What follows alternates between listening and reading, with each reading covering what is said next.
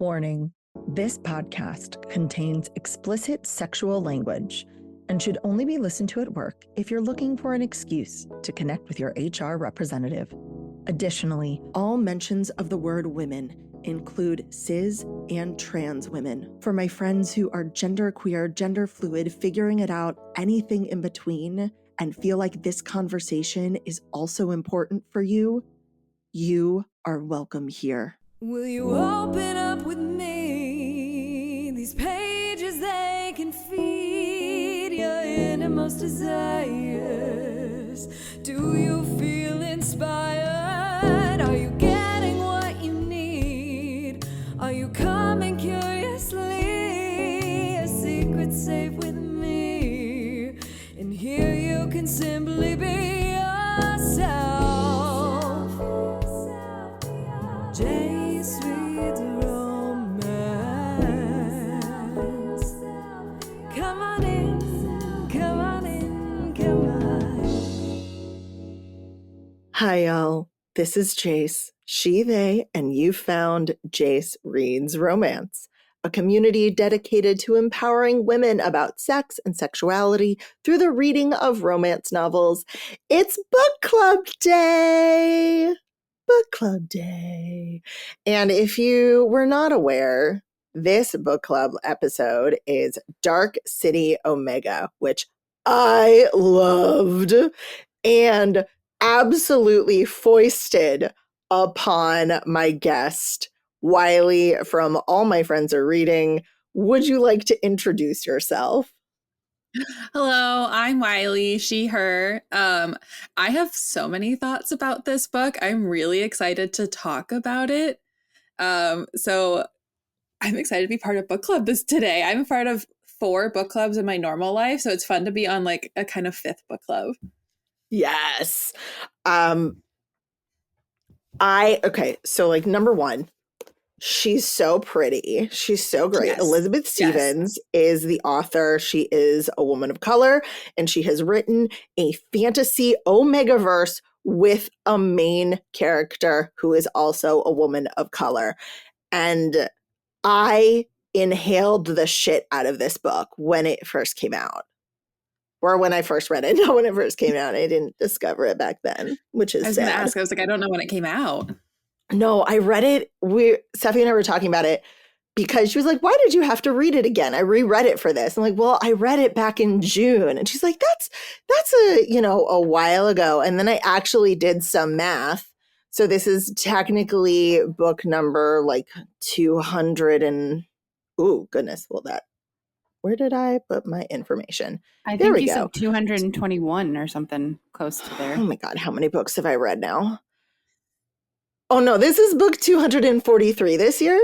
And I read it for the first time in June as book number, 142. So I've read 100 books in between, thank you, the first time I read this and now. So I definitely needed a reread. Yeah, I would say so. That's a lot of different plots going through your head in a short amount of time. So many books, but I've talked, and if y'all have not gone to my social medias and listened to my review of this book, you can go do that. You can press pause or you can find it later. Wylie, I would love to know what most excited you about this book before you delved into it, and also what were your overall likes or impression after reading it, and then we can get into the nitty gritty. Okay, I'm really excited to get into nitty gritty because I have so many thoughts about so many things. But I think I was drawn to this book because you and I were talking about Omega romances, and I really love an Alpha Omega story. And you were like, well, I have this one that's really unique. And I was like, oh, tell me more. And so the powers that are in this book I found really, really interesting. So I overall just really enjoyed the unique take on this, because I do think Alpha and Omega ones can be very like a Wattpad-y, for like lack of a better word, where it's kind of like, oh, you know what's going to happen exactly, and like it's a little too typical. And so this one, I really like that it was outside of that mold. And so I do think I'll read the second book that she has coming. Or I think it is out. I think I have it on Kindle Unlimited. It's out. It's out. It's Okay. wait, it isn't Kindle Unlimited, and my copy is over there. Like, where is I it? did not It's read the over there. second one because I was like, do not get your plots confused. Like, just read this one and then we can read the second one. I hear she told me when I met her in that there's some good groveling in the second book. So I'm very excited for that one. I think I also was a little, okay, I don't know if this is like going too deep in detail. I'm a little wary because I know it's not about the same two main characters. And I really liked these two main characters. And I was like, what's the second one about? I don't know. I don't actually know. I thought it's supposed to be a duology, I think. But anyway, Wait. now I want to do research. Oh, I feel like before we get into the nitty-gritty, I should warn everyone that we will be spoiling the ever-loving shit out of this book. So if you like going into a book not knowing things, then you probably shouldn't listen to this right now. Go read the book and then listen to this. That's Cool? very different than like my podcast where I'm like, it's all the spoilers all the time. I mean, I will ruin everything for you. So if you do not want it to be ruined, then you should probably pause, go read the book, and then come back to us. That's very romance of you to be like, I'm going to ruin this for you. I'm not gonna lie, I do love, it's one of those micro tropes that I love. Like, I'm gonna ruin you for other people. Or when someone says, you ruined me, I swoon. I do swoon. I'm so into it. I really do love a trope of like a man who's just like very obsessed with his love interest. Every single time I'm just like, yes. Or when they say like my wife, I'm like, yes. There's plenty of that in here. I was pleased. I was on a plane coming home from New York and I was like, this is great. He loves her so much. He loves her so much.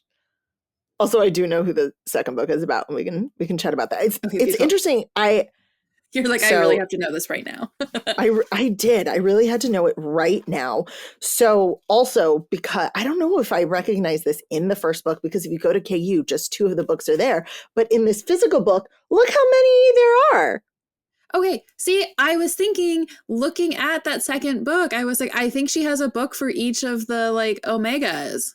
Yeah, there's gotta be, but it says, so my physical book has them all, but if you ask Amazon, there are only 2 of them, and now I want to know, you know what, I can find this out at the end. We'll figure this out. We will have answers for you.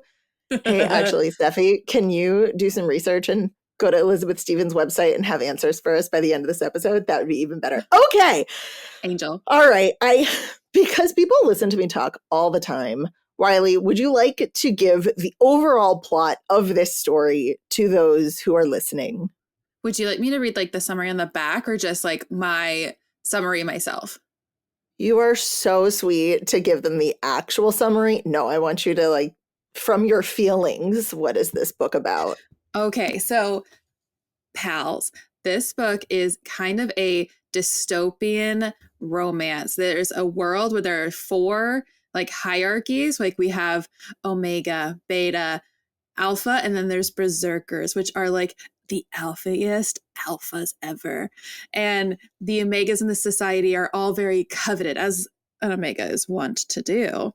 But Omegas in this world have powers, and if you, a Berserker, have an Omega, you are stronger, and it's like good for like your kingdom, land. They use different words for like their cities.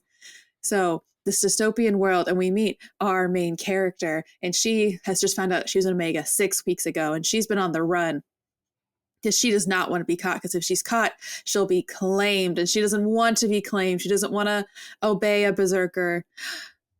But then she meets one, and it's their love story from there. It's And also in this so background of great. like fantastical magic, like what is keeping the world dystopian. Wait, can I say her powers? Yes. Okay, so she's basically kind of like a garden omega. Like she has plants and she can like make trees and fruit. And she's kind of honestly this like Eve character, is what I've been imagining her throughout the whole book. I don't know if that's Okay. true, but I was like, oh, she's coming to this land and she's bringing like life and greenery. I was like, the Garden of Eden. Yeah. So I love this. For those of you who have been listening, you know me. I'm normally a PNR person. So fantastical creatures, magic in our world. And I am loving this next level of fantasy where I've been seeing so many more fantasy books taking what I love from PNR but putting it into these new worlds. So they're not constrained by the reality of Earth and humanity and all of that. There are no humans in this world. There are just these two islands that we deal with. And as far as I know, there's nothing else on the entire planet besides these two islands. And I love that because I found that for me, it allows me to really suspend my disbelief and be immersed in the magic and the system without putting my own expectations on it. Does that make sense? Do you feel like that? I don't look at maps. Each world I in my don't. head looks the exact Oh, same. no. They'll be like, this is to the west. And I'm like, sure. I look at maps and then I completely forget about it. And I have no concept of where everything is in time or space. But all I know is there's a world and it has two islands on it and nothing else is ever mentioned. And so as far as I know, that's the entire planet, is these two little islands. It's like the Little Prince, but bigger. I also do understand that like because she has made this world where only these people exist, we get to like understand their society from like their lens and not Yeah. like from my like human perspective in the real world. Because I think like in a Bride, she sets it in America, and I was like, that's Yeah. that just took me out. I just pretended they weren't in America anymore. That was PNR. So in our world is where I started, and that's what I'm used to. That's what I've been reading. Black Dagger Brotherhood, Laurel K. Hamilton, Carolyn Sparks, Lindsay Sands, all of them take place in our world. That's my definition of PNR. So when we get fantasy, which is a completely different world, a completely different universe, I think it both puts a lot more work for the author, but also gives them the freedom to create whatever the fuck they want. It's exciting. And how are you going to envision this? And also, these islands must be really big because you have different types of weather at different cities. So anyway, one of the things that I think about with Echo, who is our FMC, that's the name of this Omega, is she is longing and fighting for freedom. And that is her main drive. And the reason she's on the run, number one, she gets kicked out of the beta compound. So everybody starts off as a beta. Everybody's born a beta. And then you either stay a beta, who, depending on where you are, kind of second-class citizens, or you ascend into an alpha, which is about 50%, I think they said. Berserkers, who are the alphiest alphas and have a completely different, they're the ones who actually transform into like monsters, like werewolves. And then even rarer are omegas. And once an omega is bonded either to a berserker or to a pack of alphas, sometimes alphas will band together to lead and, put by their powers combined. Just like Captain Planet. Yeah. Powers combined. We will bond an omega. Once they're bonded, not bound, bonded, they develop these powers. And what we learn is Echo has been on the run because she does not want to get bonded. She does not want to be subservient, to be able to be ordered, especially a berserker. If they bond an omega, they can order the Omega to do things and the Omega must submit. And that is Echo's worst nightmare. So she has been on the run for 6 weeks. She is hiding out in this dystopian wasteland called Paradise Hole. It's not paradise at all. Some would say a hellhole. A hellhole, exactly. It's like ironic, which there are some, they start every chapter starts with the number, whose point of view it is, and then where it is. And I do love the commentary that appears like, Paradise Hole again, still in fucking Paradise Hole. So when she is finally caught, when our MMC Adam appears in his berserker form and finds her, what does she fucking do? She stabs herself in the femoral artery to die because she'd rather die than get bonded. I loved it. I love that. So badass. She is a scrappy, scrappy thing. And as you can imagine, that is not really the best start to a love story. Some would say. Stabbing yourself to get away from somebody, maybe not. Yeah, I'm gonna see. Oh, and then he so you bond by biting, and if you're a berserker, venom, and then you're supposed to heal. But something that we learned, and I'm like, dude, how did you not know this? Is we're ruining so many things for you. The only way to bond actually is to be invited to bond.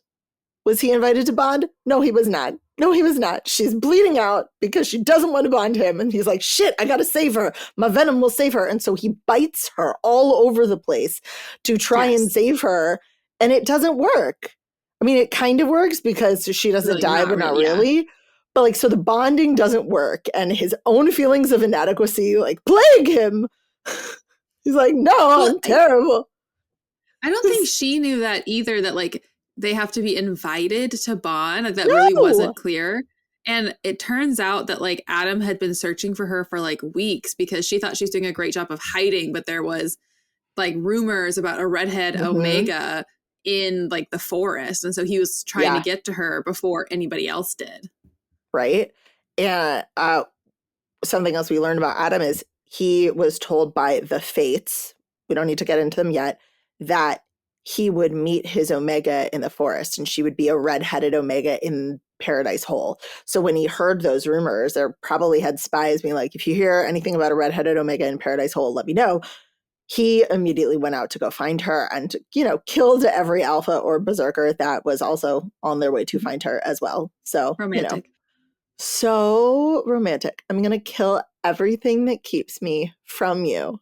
Oh, I love it. I also like that the Fates were so descriptive with him. She's going to be redheaded. She's going to be in the forest. You're going to find her. And it's I love those instructions for the rest of my life. Thank you.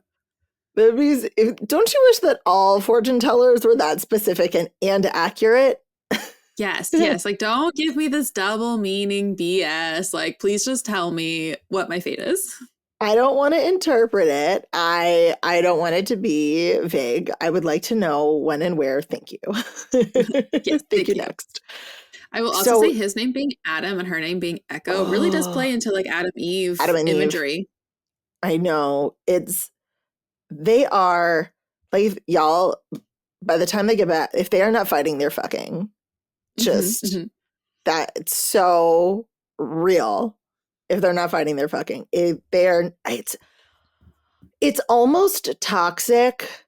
I mean, I wouldn't say this is the healthiest relationship at times, given where it started, but it has potential. And he loves her from the start, just falls head over heels in love with her from the minute that they meet. And he will burn the world down to protect her. Which, I feel like he did do a lot of things for her, which end up later, there's a bad thing he did, but, we'll get there. But I was, the amount of people that he threatened, he killed, and their journey back to, his homeland was just, very treacherous and everything they were figuring out. It was forced proximity, I think, in one of the best ways. She's basically his captive. Like, she's basically his captive on this trek back to Dark City, where he is the leader.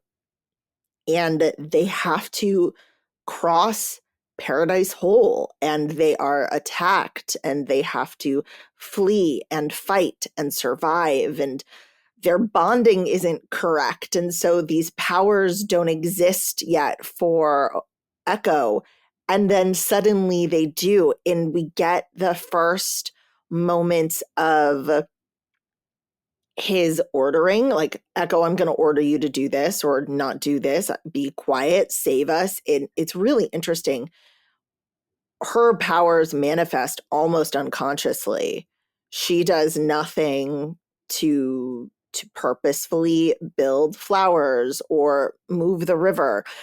But when they're both injured, so they get attacked and they are both injured, they fall into a river, and Adam orders her to get them to shore. And so her powers just do what her berserker told her to do and push them up onto the shore. And he, drugged out of his mind from these darts, pulls her to safety. And as they like fall asleep with each other, her powers build them a cocoon to protect them and keep them warm. Like, that's so beautiful and romantic. So there's one part I want to go back to. I like looked back through my Yes. notes. So he bites her to try and save her. He then takes her to like Trash City, which is this place where betas are like basically living amongst alphas in like secrecy. It's literally in a pile of trash. Trash City. And so she's being healed there because her arm is like horribly mangled. She also got shot. Don't forget that. Yeah. She also shoot her. Like, he bit her neck and her thigh because she stabbed herself in the thigh. He bit her to like get the venom to heal her, and then she got shot. So it's been a day. It's been a day for her. And it wasn't him that shot her. It was like these other alphas that were like trying to claim her. Yes. So it was like he found her. She tried to stab herself. And then all these alphas were like, well, now I want this Omega that I have found. So there's this scene where he's trying to convince her to like leave Trash City with him. Yeah. And I just, first off, apparently he sounds, I think, Irish a little bit. Like they're talking about his accent. Some accent. I imagined it as Boston. Okay, that's also good. In my head was like, it was Irish or like Scottish. So that's what I was imagining in my head. Funny. I imagined it as like Boston, or if it were something British, it's definitely Scouse. Like nothing high class. No, yeah, it's very like he does not sound super smart or like like he has an Oxford education because that's where the smartest people go to school. And she's like threatening to like gut somebody, and he's like, doesn't matter to me. Like I'm leaving here with you or not at all. And she's like, you don't own me. And he goes, not true. Bonded ya, paid these fuckers for your life. And I just love that he's like, just like having this standoff with her. And then like the other people around her are like, just let him go. And he's like, don't talk to my Omega. Like we're handling it. Like, I love that he's like, I don't need your help. She's going through her emotions and I've got it. Also, like, I can talk shit to I can boss my Omega around. You cannot boss my Omega around at all. Thank you, sir. I just was like, this is where I think I really was like, oh, wait, I really do like him. I think I liked him from the beginning, which says a lot about me. I don't mind absolute disaster of a real relationship if for some reason there's a paranormal element to it. So in dubcon, non-con, dark romance, not my fave.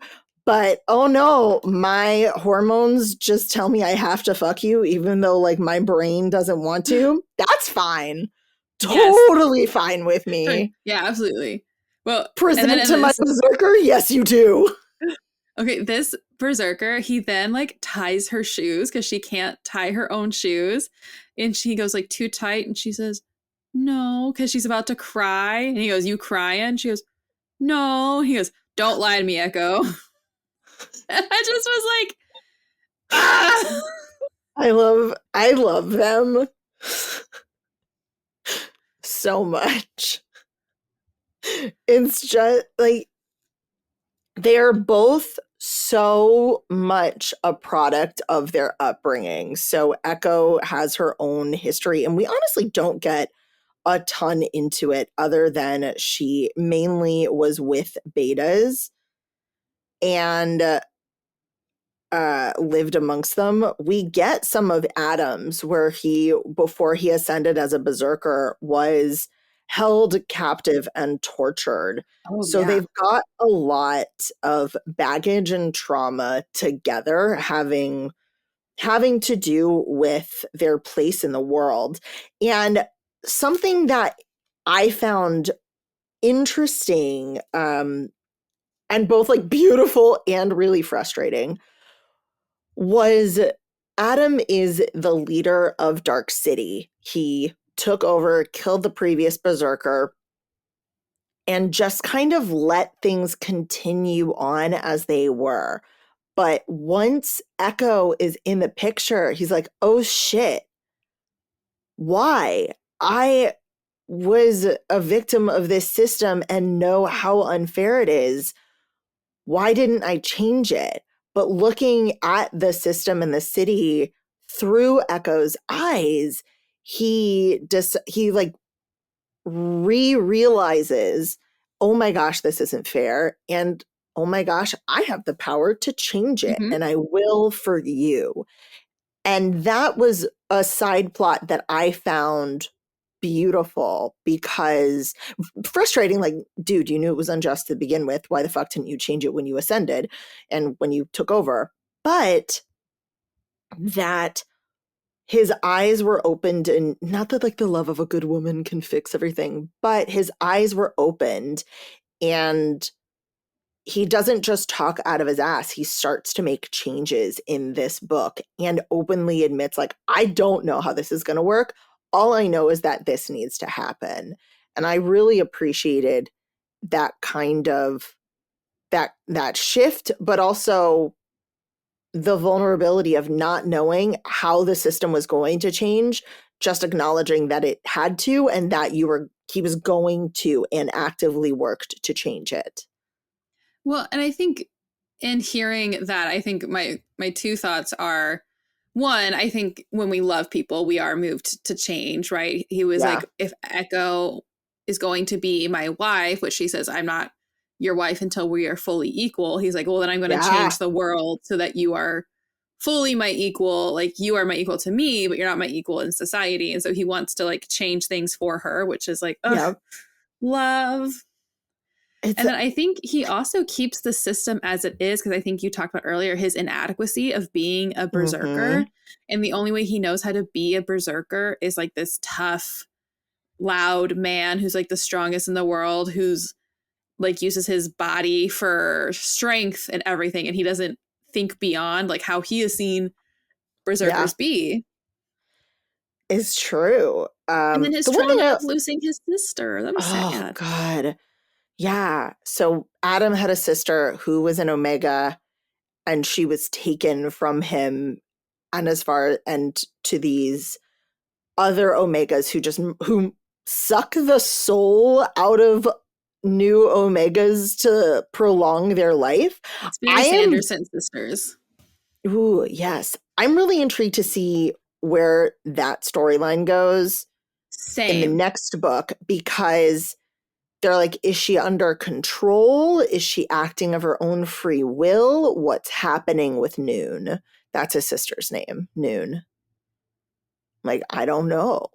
I Are we at that point where we can spoil what happened to Noon? Because that part Yes. like fucked me Oh, up. the minute that I have in both of my readings, the minute so Adam's like, there are 4 fates, and Echo's like, we were told there were 5 fates. I'm like, Noon's a fate. Like both times I'm like, sorry, sir, it's 5. You're wrong. It was Would mentioned you like enough to? times where I was like, Noon exists somewhere. Because they also talked about Yes. that she had a very important power. So Mm-hmm. these 4 fates essentially belong to another berserk in a city who's described as being Yeah. like essentially immortal. They're like, he's lived for like hundreds of 300 years. years. Yeah. And at one point, like the fates are all together and Echo like looks at the eyes of this man, this berserker who she's told Yeah. does not really exist. And she notices it that the body is being worn like a mask and Noon is Yes. in his body controlling the body. And it seems like the other fates are controlling Noon. Yes. So it's like his reanimated like flesh corpse body and she's in it. It's like Edgar in Men in Black, the Edgar suit. It's so creepy Ugh. by the And cockroach. I don't even know if she's like an adult or if she's still the 8-year-old that was like taken. Well, I don't think she can stay 8. It's been long enough. Like she's got to be an adult. She's just tiny, apparently, because she can hide in the suit. But isn't her like whole thing is she like reanimates the dead or something? Like she has some sort of like ghost dead power. She's the death. She's got death as her power, which kind of confused me because Freya, this absolutely feral, and I don't mean like, ooh, a feral man. No, like legitimately like naked in the woods feral. Omega can't reanimate corpses herself, but she says something like her powers are crazier than mine. I'm like, dude, you can't reanimate corpses, or maybe you've just never tried, but this death Omega is different than you, who is like an Omega whose powers lie in animals and healing. Yeah, she describes it as being like people being on a shore, and sometimes they're really close to the shore, and sometimes they're too far away from the shore. And the people who are too far away from the shore, she just lets go. And that was one thing for Echo. She was like, well, why wouldn't you bring them back to life? And she's like, it's not the good same for them. I was worried if we were going to have a, oh, it's such a trope, but the one that's just coming to mind is Shadow and Bone moment where she brought Adam back after he was almost killed by his sister, and she was like, they never come back the same. I'm like, oh no, don't bring Adam back changed and covered in darkness. Or it doesn't seem like that, because also the next book is in fact not about them, and I'm now sad, but I can tolerate it.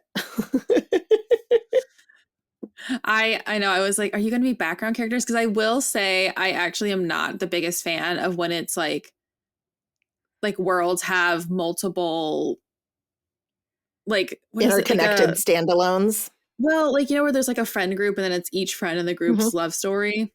Interconnected standalones. I'm not super into that. I'm like, I can't tell you why. What about it doesn't like bring me a lot of joy, but I would rather just read a different romance book entirely. Yeah. It's so interesting. With that statement, can I jump in? Because I did find yes, please. The information on Elizabeth Stevens' website. Tell me. The Beasts of Gadamora, which is the series that we are discussing today, is a 5-book series of interconnected standalone male-female romances. I just thought that was a good time to jump in there with that info. Okay. Yes, it is. You know, I assumed that. Sorry, have they been released yet, or just these 2? Just these 2, according to her website. Okay, because she has all 5 listed in this book. If you want to know what they're called, it's Dark City Omega, Shadowlands Omega, Fallen Omega, Gang Mountain Omega, Glass Flats Omega.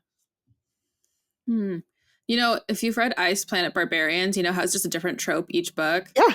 Maybe I'll just find the one that has my favorite trope. But there's like a lot of plot in this one, so maybe you can't do that. I don't know if you can do that one. If it's all of the fighting. But do you like standalones, or do you like following a couple over multiple books? I'm curious. Both. I think I get really attached to that relationship. And so then when I see that character now as a side character, there's something about it that I don't love. So like if we think about like SJM and like her Court of Thorn and Roses series, when it gets to Cassian and like Nesta, I didn't actually finish that book personally, but I was kind of like, I don't really care. I stopped after 2. I'm good with it. I'm okay with The that. second one in the Court and Thorn and Roses is the best of that series. Yeah, I don't care. I'm mad. I don't like it. I'm done. I mean, that's I'm so fair. I just am saying, like, you hit the one that the like is peak. actually good, I and hit the the other ones, peak. who cares? Amazing. If that was the best one, then I'm even happier I stopped.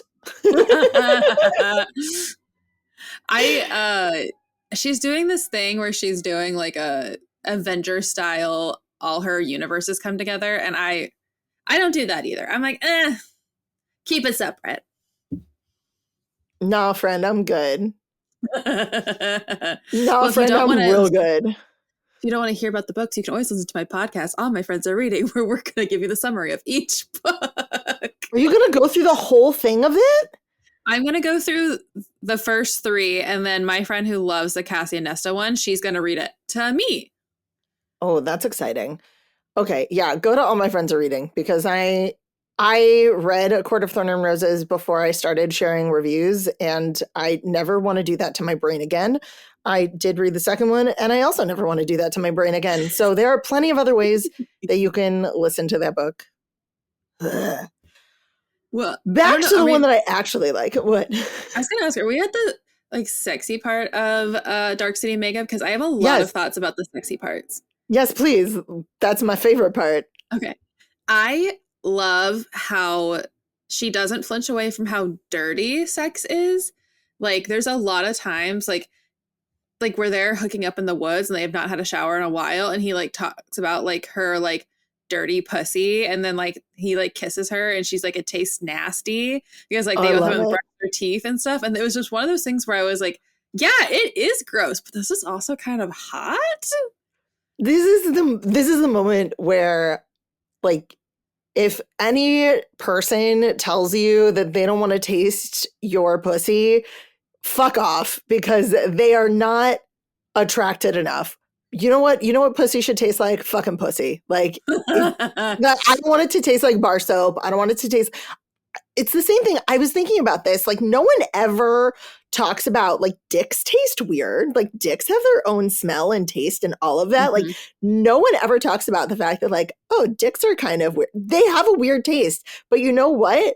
If you like dick, you don't mind when a dick tastes like a dick or smells like a dick. Like, it just doesn't fucking matter. Well, and I think musk is used a lot for like dick, and they're like, oh, it's a really potent musk, and I'm like, so it smells like sweat? I was like, I mean, it does. And we get like really excited about like that. So I think I liked in here that it was explicitly dirty, but then I think I also enjoyed. So I think sometimes with like sex in books, we get a lot of like euphemisms, and something about the explicitness and just straightforward of this, I was like hot. Cause like they were talking about his dick at one time just being like red and veiny, and I was like, I don't think I hear that a lot in romance books, and I was like, hot? She described, so the first time they have sex, which, again, look, I don't mind a hormone-fueled, I can't help it because I'm an Omega and you are my berserker, even though in my right mind I would never consent to fucking you situation. They are in that in the cocoon, yes. So they're in the cocoon, and she is overwhelmed, and she's like, I present to my berserker, which is apparently that's the phrasing that is used. And both of them, so we get both sides of that sex scene in 2 different chapters. We get both points of view. And in both chapters, she describes his penis as being bloated, like the bloated head of his penis. Where is it? Because I have it highlighted both times. I'm like, where did this go? Oh yeah, bloated head, same adjective in both penis, which is so interesting to me. Like, number one, okay. And number two, that both of them would use the same adjective to describe his penis. I haven't heard bloated a lot. I've heard swollen a lot. Yes. Swollen is, I think, more normal. Like, swollen is something that's filled, like bloated. Not that I didn't mind it, but when I heard it, when I read it back to back, I went, what? Also, normally don't assume that I would use the same descriptors to describe someone's penis as they would use it to describe their own penis. It's a great question. I'll So start running a survey. Like, I have Please. adjectives I will use to describe you during sex. What adjectives do you use to describe yourself during sex? As long as it's not Charlie. Yeah, as long as it's not Charlie, I'm pretty open. We're good. Like, But I really don't mind member. I'm like, okay. I don't mind pretty much anything anymore. Like I'm now I've read enough that there's very little that can shock me. But I do remember the first time I read a cunt and I was like, I mean, this is a very long time ago, but I remember that first time and being so scandalized, and now I don't care at all. But this line, oh my gosh. She's like, she's not very experienced, which I find adorable and he finds adorable. And she's like kissing him and she goes, "You taste like snow." And his response is, "You taste like sin." And we get that from her point of view first. But in his point of view chapter, the moment is, "You taste like sin." I lie, because she doesn't. She tastes like redemption. Oh! Look, Seffi's just nodding in the background, like, yes, sir. It's so adorable and heartbreaking. And oh my God, I love Adam so much. I know Seffi and I have talked about this, but in their sex scene, I find that if any external clit stimulation happens, it's usually someone's hand reaching down. And I loved this moment. She does this a couple different times, but the first time in the cocoon, they're literally in a cocoon. It's very small space. But this is what he does. He moves in brutal jerks for a while before he slows down and grinds against me, moving his hips in a figure 8 motion so that his pubic bone and the hairs dusting it smash against my clit. It's pure nirvana. And yeah, dude, sometimes your dick just going in and out is not enough. Like, the motion of the ocean can do some real important stuff there. I like that he purrs for her. I'm very into like the purring and like that soothing idea that like what gives her comfort is just his like chest and purr. I'm like, oh, love this. Yeah. Oh, there's another. Like, he does not orgasm in this place because he's like, I don't want to enter into my rut. And she's like offended. She's like, you just did this because I was like pathetic and needed some horniness. And it's like, in his perspective, he's like, I couldn't give her that. Like, I'm her. Yeah, so she doesn't enter her heat so we can get back where she needs medical care. It's unbelievable to me how both of them have these absolute beliefs of their own inadequacy. They're completely convinced that they are not worthy and that every action the other does just plays into that and is like a self-fulfilling prophecy of, oh, you did that, it's because I'm not worthy. Oh, you did that, it's because, oh my God, this was a moment where I'm like, dude, you just need to like, don't hold her in this belief any longer. But when he first calls her his wife or something, like she gets it into her head that he doesn't want her because he won't finish in her. And she is convinced that he has a spouse or something back in Dark City. And God, so she's like, your wife wouldn't like it. And he's like, yeah, my wife. Because in his mind, he's like, you know, you're my wife. And then no, she doesn't. She truly believes that he is with someone else and just using her as a power play. And so it takes like quite a while and quite a few mentions of this misunderstanding for him to be like, nah, girl, you're my wife. And I'm like, do you know how much emotional agony she went through because of that? Fuck off. It did frustrate me. I was like, just communicate that she's your wife. Which they do Yes, get married at the end, so she's they officially do. wife. Like And real, he's they wife husband. up. They have 2 interludes or whatever while they're on the journey back to Dark City. And then they actually, like, the next time we get any little bit of description, it's right before she actually goes into heat. Did it frustrate you that we didn't get any of the heat? Because I was like, dude, we nodded once. You came in her and then you went into rut and then 6 days passed and you created a garden. Where was any of that? I wanted to see him chase her. He was like, I Yes. roared and gave chase. I was like, you didn't make it very far. You were right outside the house. Yeah, I mean, don't get me wrong, he's probably really fast, but I was like, I want that. Why did you fade to black here? We could have cut out so much of the like traveling through Paradise Hole. Like we could have lost a chapter or two to gain a chapter or two here. I would have been fine. Yes. I wanted more of that because they actually connected. And I mean, if you're fucking for 6 days straight. Oh, that was so adorable. I love that because she clearly had no idea what a nest was. And she's like, shit, I'm supposed to put a bunch of blankets on the floor. And then when she actually went into heat, she created this beautiful garden. Her powers without her knowledge, just went out of her and created this incredible garden space.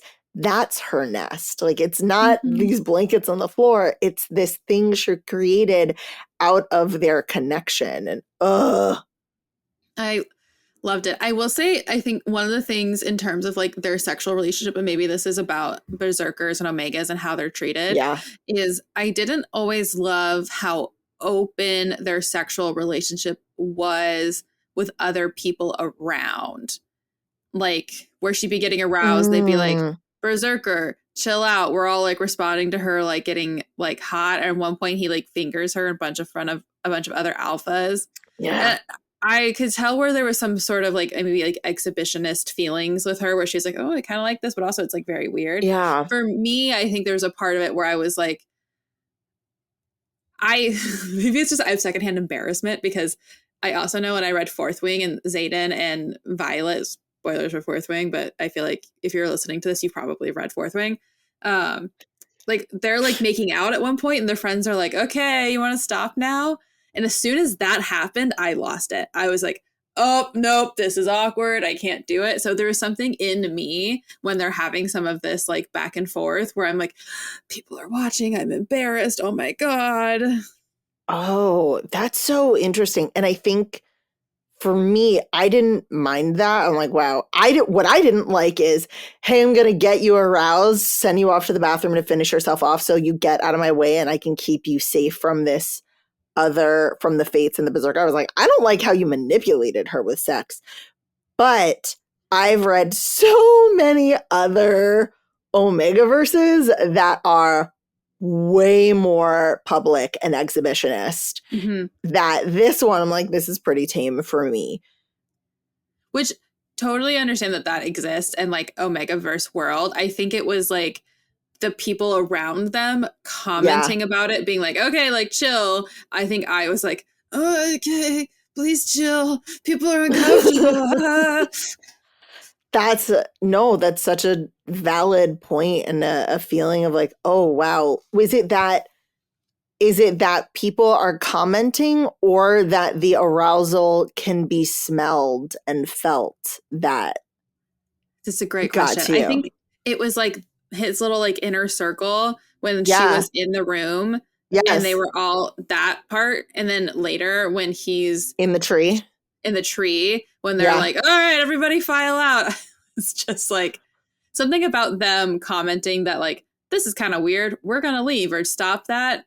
I think for me was like, oh my God, like you have to stop. People are like not into it. I think if they are all like into it, maybe it would have been a little different. But I think there's a part of my like socialness as like maybe I was like,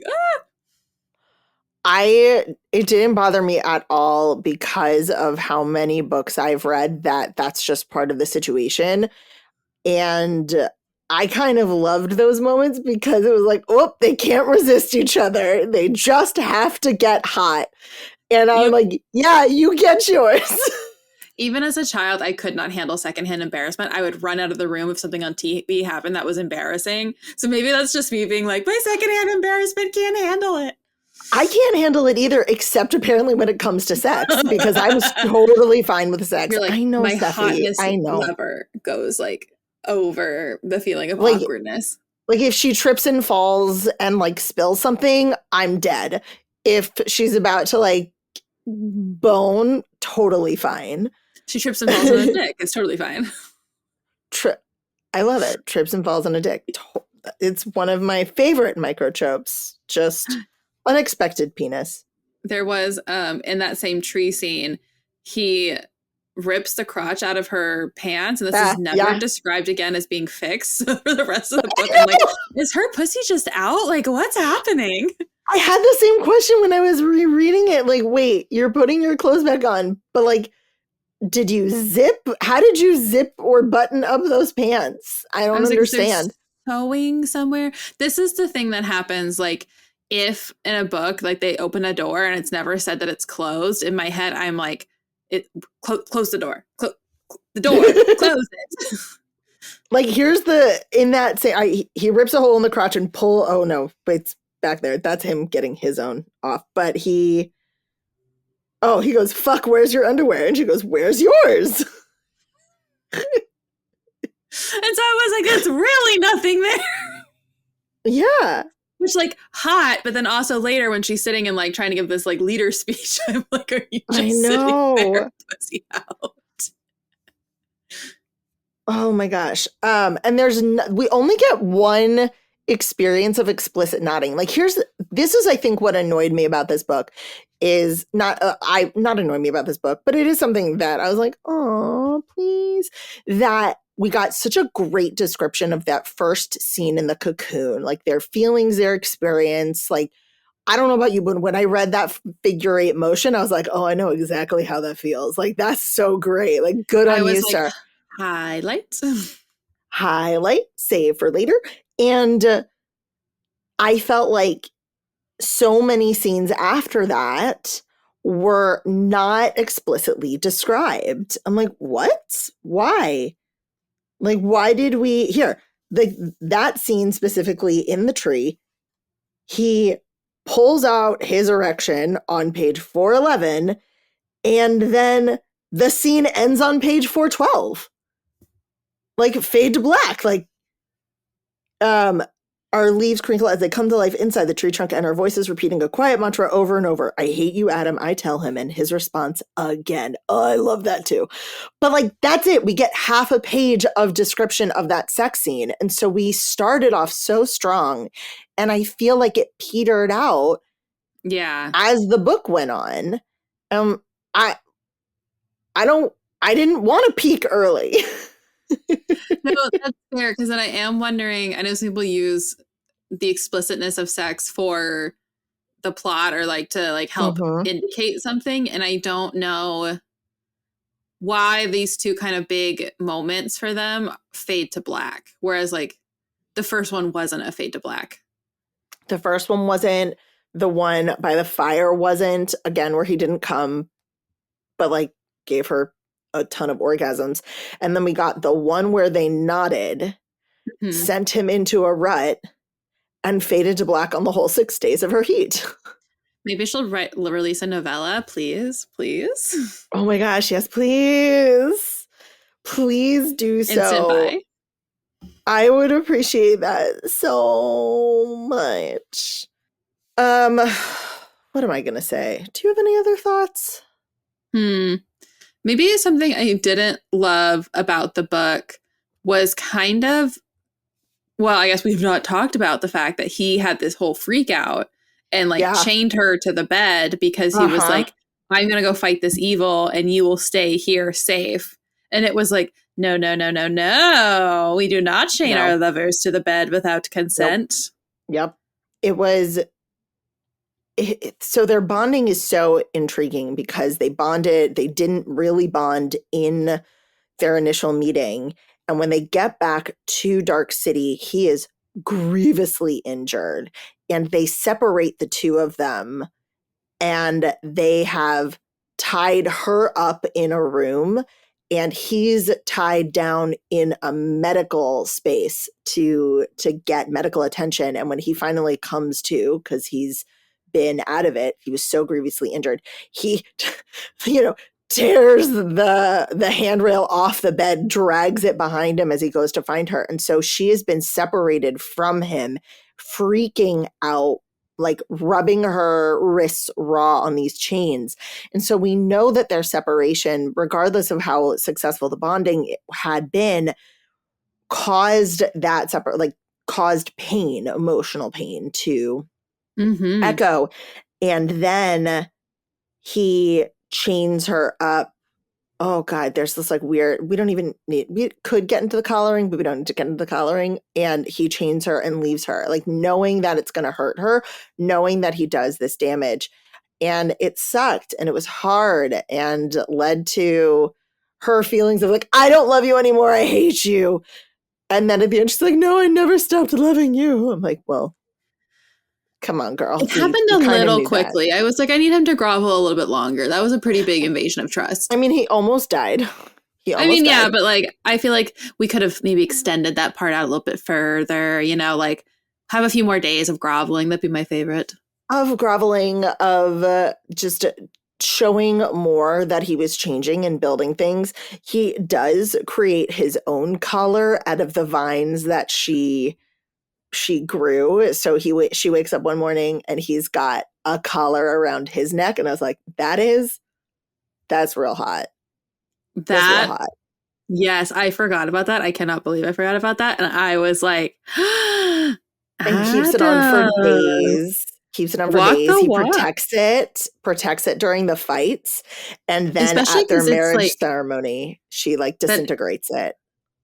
Yeah, because it's almost like it's very submissive for him to do. So I can imagine that being kind of a, maybe not like humiliating experience, but definitely a weird experience to do in front of this other major berserker that is there and like seeing him, and he's wanted to be like a true berserker. And here he is like really upsetting the status quo wearing this. So like, I feel like that took a lot of courage to do. Yeah, I love it. And I think that it's one of those grand gestures that is subtle, but speaks really well to this community and to like what's going on. There's a ladybug in my office.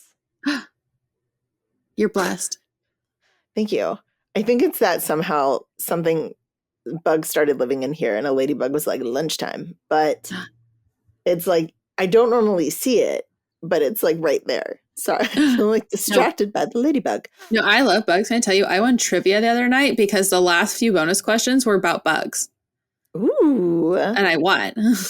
Good for you. Thank you so much. Something that we don't really have time to get into, but I do want to acknowledge it in this book, is this series and this world seems to be a world without racism. Oh, yeah. And I've mentioned it in... It's an observation that I took from Black Love Matters, that anthology, but in order to create a story that can be wholly centered around love, you have to take away the bigger conflict, which is always racism.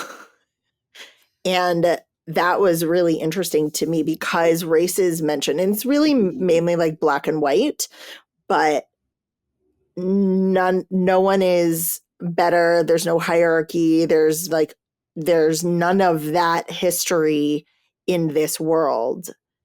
And I think it's really interesting to acknowledge that she created a world with diversity and no racism for this book, and that the inequalities come from the status, not from that. From like the patriarchy, because, women are submissive. Women in certain cities are second-class citizens or alpha beta, that situation, but it's not. But it's not racism. I'm glad you mentioned that. I did not pick up on that. But now you say that, I'm like, oh yeah, that's yeah. Right.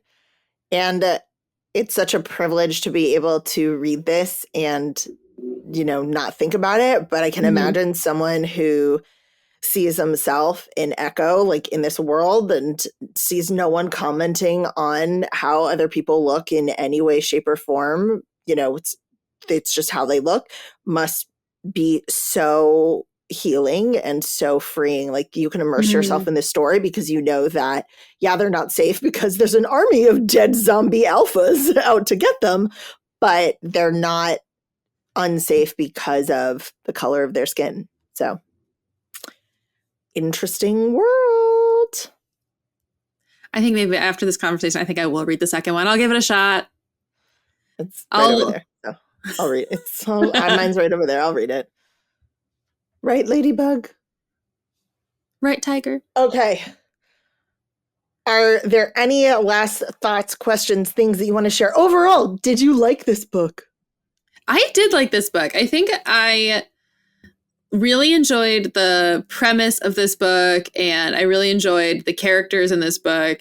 I think I ended up giving it like a 4 out of 5 stars on, because I think I thought the pacing was a little disjointed. Like, the first half took really long, the second half was really short, and I felt like the pacing could have been better, but I really liked it. I think if people like Alpha Omega romances, like, I think this is a really good one to check out. This is such a fun one for me, especially if that in our world aspect is not for you. The fantasy part of this was so much fun. I'm so glad you read it, that when I threw it out there, Wylie, you were like, yes, let's read this together. The sexiest book we've had on my podcast so far is Ice Planet Barbarians. And I know it's interesting hearing like people like interact with this world and like have like, oh, like it's a little different. And then I'm reading Dark City Omega for this podcast, and I was like, oh, I love it. And it's so much more like deeper, intense, has more to it. And I was like, I'm so excited to be talking about this book. There's nothing wrong with Ice Planet Barbarians. Love them. There's so many of them. I've only read the first one, but that's a book that is 200, maybe 300 pages. This is 470 pages. It's just different. Yeah, I think Ice Planet Barbarians is a really good like entryway into kind of this like paranormal romance, and this is one I feel like I think you almost need a little bit of background if you're going to go into it, because I think if this was your first kind of like Omega romance, you'd be like, I'm confused. There's a lot of things I gotta assume and know about this world. I liked. And this is the thing about pretty much anything, any PNR, any fantasy, especially with PNR, everyone is going to have a different interpretation of how the world works. And sometimes with PNR, because it's within our world, it's almost harder to suspend your disbelief. When you have a fantasy and it's a completely different world, you're like, well, fuck it. It's like jaywalking might be legal. Like, you don't know. And it's totally valid that there are motorcycles and horses and people who have medieval style dungeons and a trash city, because it's not our world. I would argue that this is a great fantasy Omegaverse to start with, because it's fairly simple in its world. It's like, it's not MPreg. Like, let's put it out. It's not MPreg. That's fair. And you can just let everything else go. It focuses on this story and pretty much this story alone. And Ice Planet Barbarians is almost the same way. It's an alien planet. You just gotta suspend your disbelief that humans have been captured and now she's on a planet and the blue guy glows and purrs at her. That's it. I think of the Ice Planet Barbarian as being a more wackadoodle plot. Oh yeah. I'm like, sure. I think maybe I just think everyone should be introduced to like Alpha Omega romance as I was at 16 with unrestricted internet access and really into Twilight fan fiction. So I have still never read fanfic. I was reading I was reading romance novels. Like, I read those already. I was like, what do I need this internet for? It's dialed up. Like, I'm already reading explicit paranormal werewolves. I just think of the things that you have read that I know about. And I think if there's a fandom that you like to be obsessed with, it is such a fun feeling to get all those romance tropes out of a fandom that you're already obsessed with. I I'm gonna have to take your word on it. I think I'm like, not that it's not great, but I'm wondering if I missed the boat. Like if it's now too late for me for fanfic, and Can I there's jump in nothing. as a fanfic author? Because, I know. yeah. And we're like meeting a celebrity. um, the best thing about fanfic, Jace, is that it takes your fandom and you can do whatever you want with it. So, like, if a character dies in canon, like in the original story, in fanfiction, Yeah. fuck that, it never happened. Like, you can do whatever you want. And that I think is the biggest draw with fan fiction.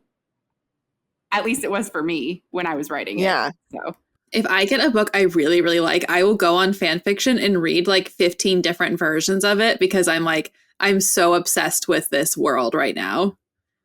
Okay. This is where like I'm the weirdo. Apparently, I just make up those fantasies in my head, and I like lie there at night. So, oh my god. So, So just I imagine there's like 15 of you all having the same idea and all I'm just writing gonna, my like, wife. I'm gonna drop this in there for everyone to know. And this was before like dial-up internet. So I missed the boat on cons. I've never gone to one. I've never experienced this that I know, like Comic-Cons or anything. I didn't go to book conventions until this year, but I was obsessed with Xena Warrior Princess. And Classic. oh my gosh, so great. Like I have the DVDs still, and the number of fantasies that I have about Kevin Smith, the one who played Ares, not the other dude, is obscene. The ways that I have thought about that man. And when I found out that he died, I was devastated, like as a human. That is, But yeah, it sounds I'm like you sure have a there are things beautiful out creative there, but I'm like, imagination. my imagination already did that. Like, what do I need to read yours for? Because I was there in my brain, and you don't want to know what we did together. I think like I was just talking to a friend about how I miss having like obsessions like I did in middle school where it was like my whole identity. And Yeah. so because like you just don't have time for that like as an adult, you also your emotion brain isn't bigger than your, thinking brain. So Yeah. I think that's what I like about fan fiction is just the opportunity to like let everything go crazy. It's I'll get there one day, I promise. But I mean, you don't as have to. we It sounds like your imagination's so good. I like your imagination. You're very creative. Thank you. Sorry, Stephanie. I try.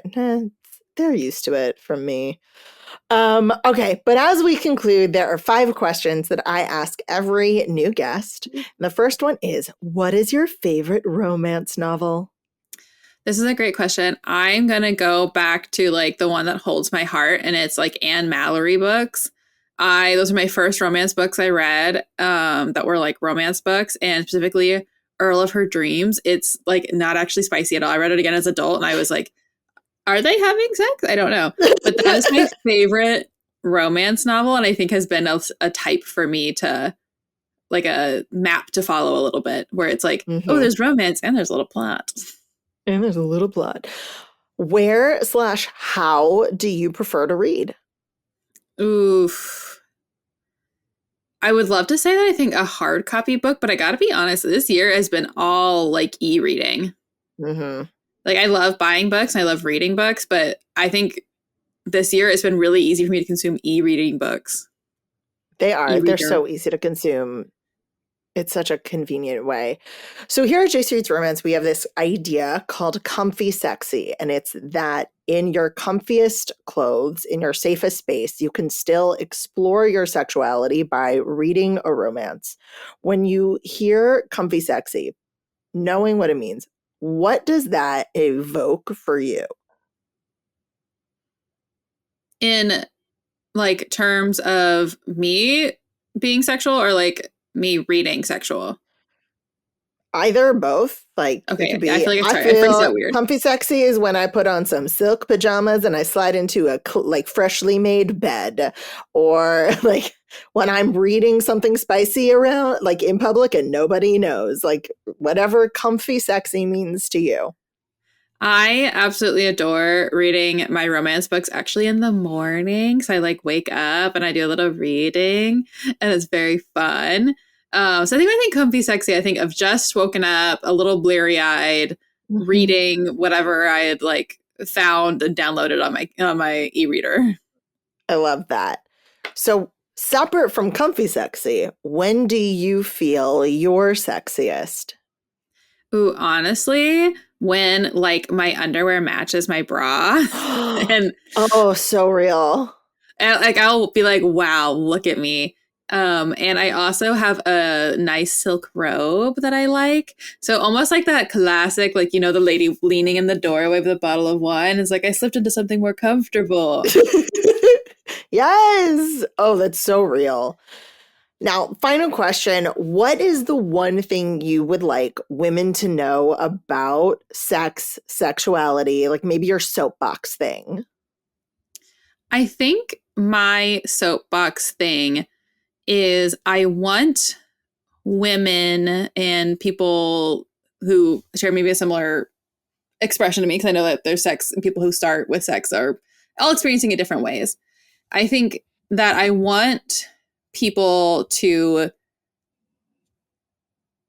this is gonna sound, I don't know how to phrase this in a better way, but like play with themselves. I think it's really important to like get a toy and know what you like and better and Mhm. best to communicate those things. Cause I think like I love romance books, but there's also kind of this assumption sometimes in romance books that like everything's fine and he knows the exact right pace to do and he's so good with his fingers. But I think like my sexual relationship got really good with my partner when I knew what I wanted and I could effectively communicate to him that. So now there is less words in our relationship around what I want or what he wants because we both know that and we both took time to Mhm. understand ourselves. So I think I'm just like, if you are out there exploring your sexual identity, find a toy that you feel comfortable with starting with and just like explore a little. Have some time to yourself and be like, ooh, what are these things? Like, I think knowing yourself helps you in those sexual relationships that you want to engage in the future.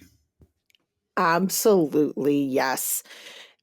Yeah, I mentioned at the beginning that Wylie has her own podcast. Can you tell us more about All My Friends Are Reading if they want to hear more from you? So, all my friends are reading are for the girlies who are busy bookworms. It's for anybody who would like to read it. I said the girlies, that's because I always just use girlies, but the girlies, the gays, the he's, the theys, like whatever you identify as, like you are welcome as a busy bookworm. So, over here, if you are somebody who cannot read 251 books in a year, because we all do not read Most the can. speed that Jace reads, I made this podcast because I think there was a lot of books that I was missing out on, and I just wanted to know what they were about, but I didn't know if I wanted to like buy the book or Mhm. wait 6 months from the library, and then all your holds come in at once, and you panic and you go ah. So in this podcast, I tell my friend about a book that they've never heard before, and you get the whole plot. And we go through it as almost like a what would you do in this situation? Like if you were the main character, like how are you feeling? And so the episodes range in length. Like I had an hour episode, I had an hour 42 episodes with Bride recently, which I was like, there's a lot of content. It's like a 390-page book. I was, this is crazy. So it's full of spoilers. It's to keep you in the know culturally. It is just a fun, silly time where you can listen to a book that maybe you were interested in, but you didn't know if you wanted to, you know, read yourself. And we're currently on romance Yay. season. Romance season. And we're trying to find a book that I haven't read. That was, you know, I was like in my bookshelf and you were like, red, red. I was like looking at your Instagram and I was like, red, red, red, red. I know. I've read a lot of the books, Which which is is like, fine. Which and is my that's my job. dream. Yeah. Which is my job.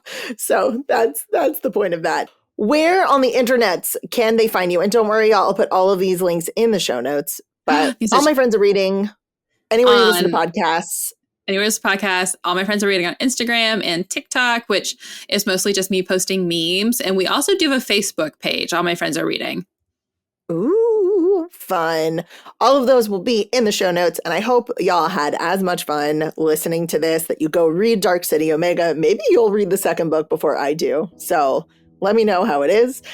And I cannot wait to see what we decide to do for book club next. Bye. Bye. That's it for today, y'all. This has been a 3 Paws Productions podcast. Our producer is Sephi. Michael Achenbach is our patient editor. Our theme song is written and performed by Diana Weishauer. You can find show notes and so much more at jacereadsromance.com. That's JAYCE Reads Romance. Follow along on TikTok and Instagram at Jace Reads Romance. If you'd like to ask a question or share a story for the podcast, call and leave a message at 661-JACE-RR. That's 661-529-2377. Or send an email to jace@jacereadsromance.com. Finally, like and subscribe so you can get every episode when they drop. You can also leave us a review to help others find us. And remember, this is Jace holding space for you.